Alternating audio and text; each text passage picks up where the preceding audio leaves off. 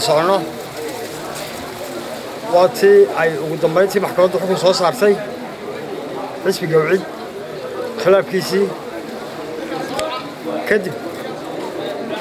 anagoo ka duulayna xukunkii maxkamadda guddiga diiwaangelintu waxay soo kaay yeedhay labadayadii guddi ee qabanqaabo shan xubnood ahayd marka qoladii de marka horeba ku socotay maaragtay been abuurka waa weynay waana nala arkay guddiga diiwaangelintu sidaa darteed waxaa si sharciga waafaqsan ugu qabsoomay shirweynihii aan caadiga ahayn ee lagu ansixinayey ama lagu laalayey heshiiskii u bixiyey labada garab garabkii udubka ka yimiday iyo garabkii xisbigooda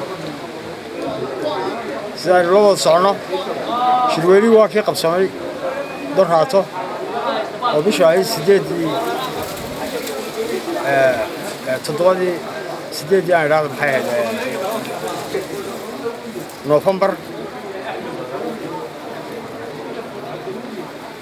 waxaynu wada ognahay in halkaa heshiiskii lagu laalay shalayna xisbigu wuxuu qabsaday kala fadhigiisii lixaad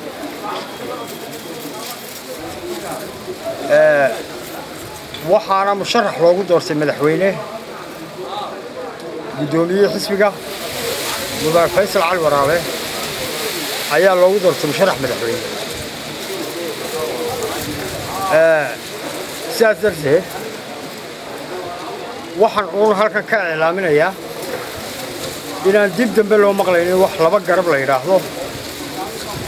oo xisbiga wicid baa u kala qaybsan la leeyahay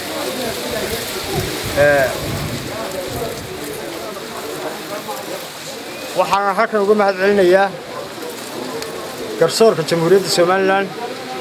kaalintii cadaaladda ahayd ee uu ka qaatay iyo guddiga diiwaangelinta axsaabta iyo ururada siyaasadda oo iyaguna taageero buuxda u sameeyey shalayto oo u soo noqday cadaaladdii oo u soo noqday sharciyadda uu ku fadhiyo xisbiga cadaaladda ee daryeelka wicid annagu waxa weeye waanu soo daallay muddada ay xisbiyadu jireen waa xisbiga ugu daaweyn maanta xisbiyada somalilan waxa weeye khilaafka iyo isqabsigana inta badan waxa laga qaadaa cadaday waxaan hadafka iyagu yahay inuu xisbigani maanta noqdo xisbu xaakimka bedeli doono xisbigan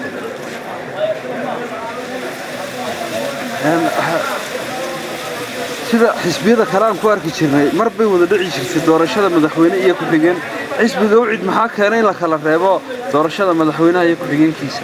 taasi waa boolisi xisbigu leeyahay ku-xigeenkana waxa weeye waxaa lagu ku soo dooranaynaa muddo 45 maalmood maadaama aanu howlgelayno may taas ma noqonayso waxa lagu dooran doonaa maaragtay kala fadhi golaha dhexe uu leeyahay iyo shirweynihii caadiga ahaa oo isaguna aanu dib ugu dhignay 2018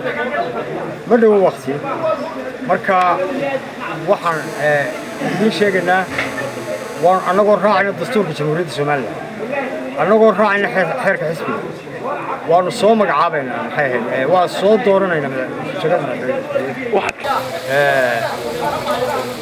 su-aashaas waxaan u malaynayaa inaan hore uga soo hadlay annagu labadii garab iyo waxaasi waa tii xukun maxkamadeed baa ka dhacay xukun baa ka soo baxay shirweynihii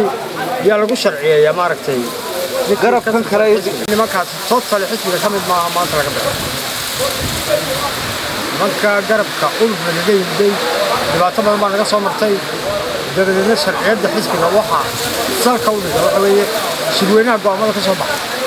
sidaas darteed go'aamadii shirweynaha ka soo baxay ninkii dee xisbiga daacadnimo u soo gelaya ee xisbiga si daacadooda shaqaynaya diyaar baanu u nahay